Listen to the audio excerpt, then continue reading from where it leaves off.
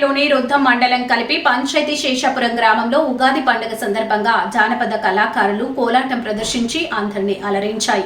ఆ గ్రామంలో 10 ఏళ్లకు పైగా ఇటువంటి సాంప్రదాయం ఆనవాయితీగా వస్తూ ఉందని ఆ గ్రామ కళాకారులు పేర్కొన్నారు.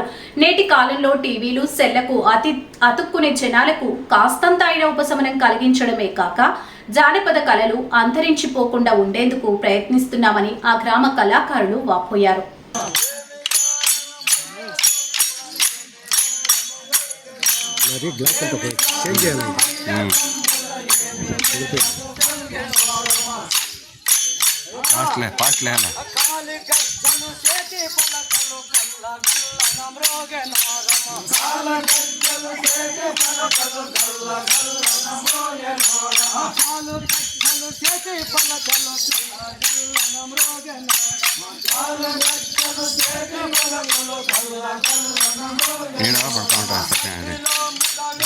పడుతూ ఉంటుంది.